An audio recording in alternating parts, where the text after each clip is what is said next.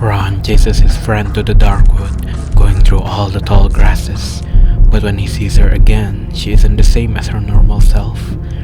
Her face is different. It feels hollow. She was standing behind a huge statue, and she is not alone. "Come with me," she said. Will Ron accept her offer? Hello, fellow watchers. I'm Zamper. Today's story is about the reunion of a pair of childhood friends who live in a village near the forest. But something has happened since they last met, so here until the very end to know what is truly going on in this village. It's been 3 years since Ron left his home village. He grew up there but decided to go to town to search for work. Ron had a best friend growing up. Her name is Sophie. They used to play together all the time, mostly hide and seek.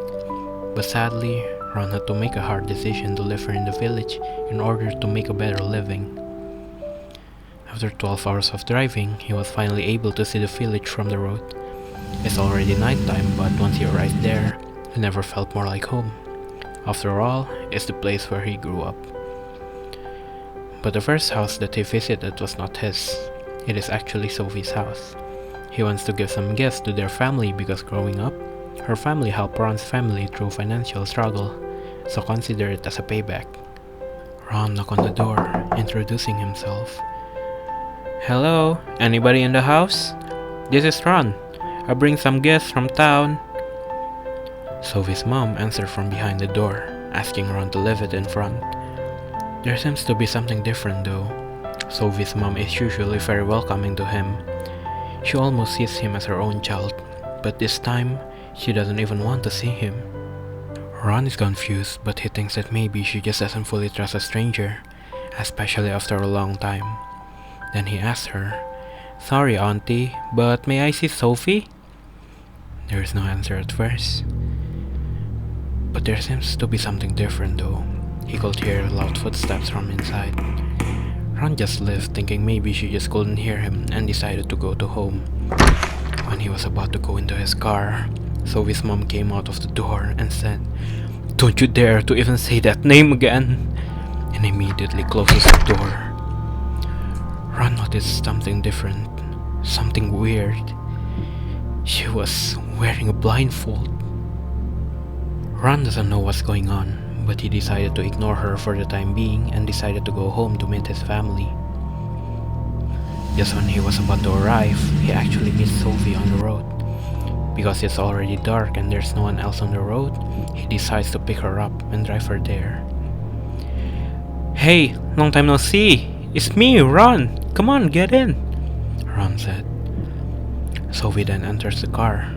Her face doesn't look different from 3 years ago. She's even wearing her favorite dress, the same one she wore before they part ways. It's only natural to catch up after a long time, but curiosity got the best of him, and Ron asked her, "Hey, long time no see, Sophie. How are ya? Got a problem in the house? You know, you can still trust me. I'm still the old Ron that loves to play hide and seek with ya." Sophie only smiled at him, and it reminded him of the times they grew up together. He'll never believe that he could ever meet her again. Sophie then said, "Everything is different since you left." Tears began to roll down her eyes, and she asked Ron to not take her home. Remembering what happened before with her mom, Ron agreed to her request. So, he drove to another place while telling Sophie his experience while working on the city. But Sophie doesn't seem to be responding at all. Ron thought that maybe she's just tired, or has something else on her mind that is tied to the family conditions.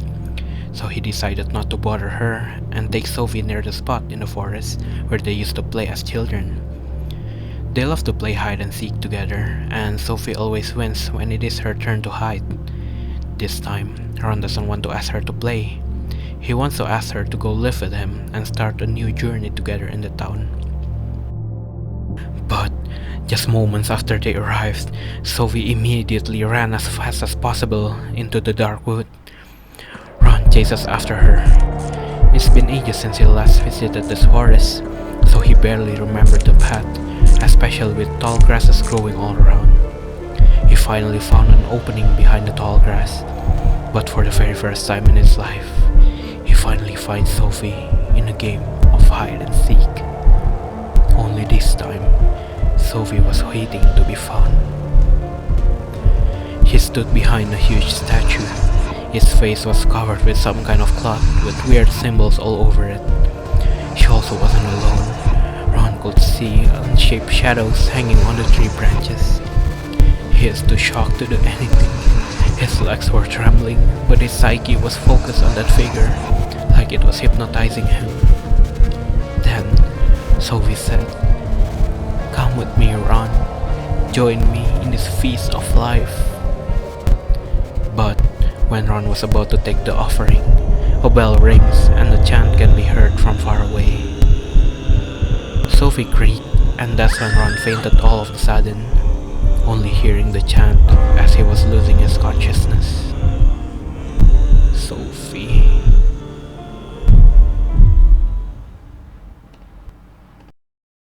Ron wakes up, and to his surprise, he was in his old bedroom.